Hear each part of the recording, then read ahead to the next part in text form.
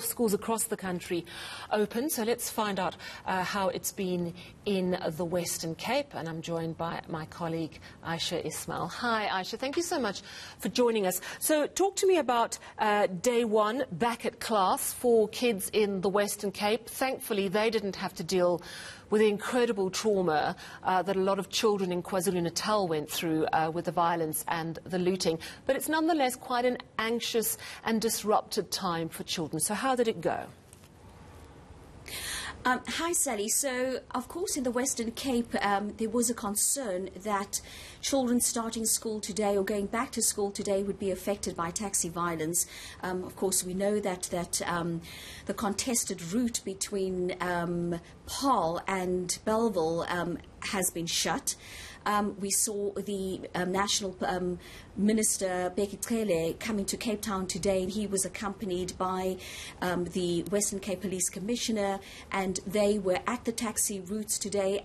But thankfully we had no disruptions with regards to children being affected and those of them heading to school. So one of the schools that I attended this morning, that I visited, was a school in Heideveld called Cathkin, and it was very interesting to see the kids coming to school. And because it was an extended holiday, they were actually glad to see their schoolmates, and some of the children that I spoke to said that they were actually happy to be back at school.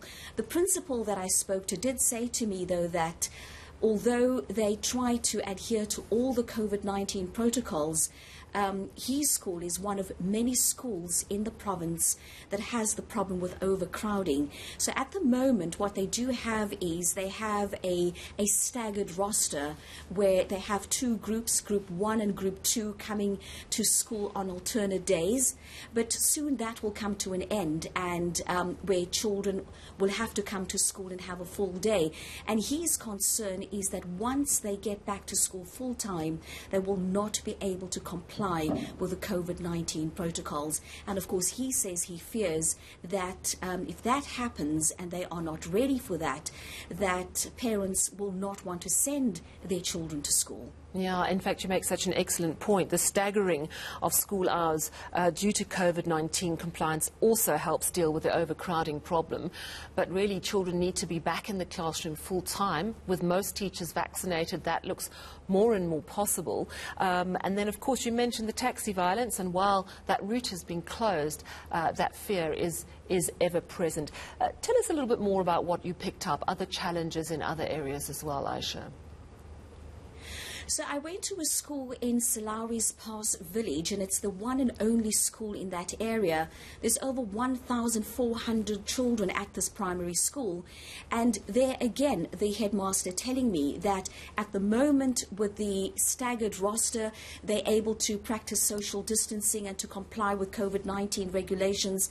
But of course once they have to go back full time, he says his school will definitely not be ready for that.